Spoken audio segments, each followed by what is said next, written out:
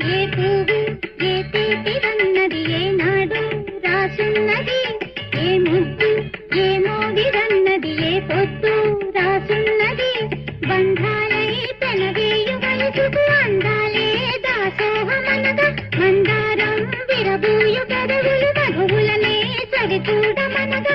పరువాలే ప్రణయాలే స్వప్నాలే స్వర్గాలే, ఎన్నెన్నో శృంగార లీలలు కన్నుల్లో రంగేలి అలదెను ఆకాశం.